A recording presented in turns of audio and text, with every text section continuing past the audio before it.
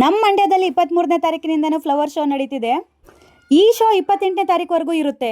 Entry fees ಬಂದು ದೊಡ್ಡವರಿಗೆ 30 rupees, ಚಿಕ್ಕ ಮಕ್ಕಳಿಗೆ 20 ರುಪೀಸ್ ಇರುತ್ತೆ. ಚಿಕ್ಕವರಿಂದ ದೊಡ್ಡವರವರೆಗೂ ನೋಡಲೇಬೇಕಾದ ದೃಶ್ಯಗಳನ್ನು ನಾವಿಲ್ಲಿ ಕಾಣಬಹುದು.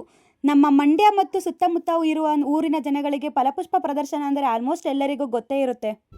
ಬರೀ ಹೂಗಳಿಂದಾನೇ ಜಿಂಕೆ, ಜಿರಾಫೆ, ಫಿಶ್ ಎಲ್ಲನೂ ಮಾಡಿದ್ದಾರೆ.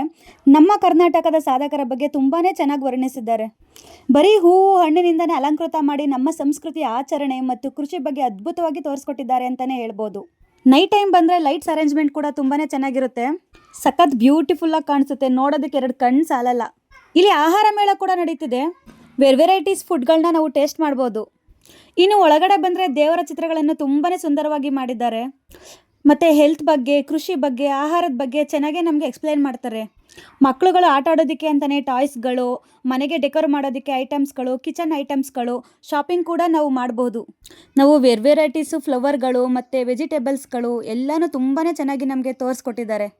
ಕೃಷಿ ಬಗ್ಗೆ ಸ್ಟಡಿ ಮಾಡ್ತಿರೋರಾಗಲಿ, ಇಂಟ್ರೆಸ್ಟ್ ಇರೋರಾಗಲಿ ಈ ಶೋ ಅಂತೂ ಮಿಸ್ ಮಾಡ್ಕೊಳ್ಳೇಬೇಡಿ. ಡೆಫಿನೆಟಾಗಿ ನಿಮ್ಗೆ ಯೂಸ್ ಆಗೇ ಆಗುತ್ತೆ. ನಾವು ಬಂದಿರೋದು 24ನೇ ತಾರೀಕು ಅಂದರೆ ಶನಿವಾರ. ಇನ್ನು 3-4 ಡೇಸ್ ಅಷ್ಟೇ ಈ ಶೋ ಇರುತ್ತೆ. ಎಲ್ಲರೂ ಬಂದು ನೋಡಿ. ಆದಷ್ಟು ಈ ವಿಡಿಯೋನ ನಿಮ್ಮ ಫ್ರೆಂಡ್ಸು ಫ್ಯಾಮಿಲಿಗೆ ಶೇರ್ ಮಾಡಿ. Thank you.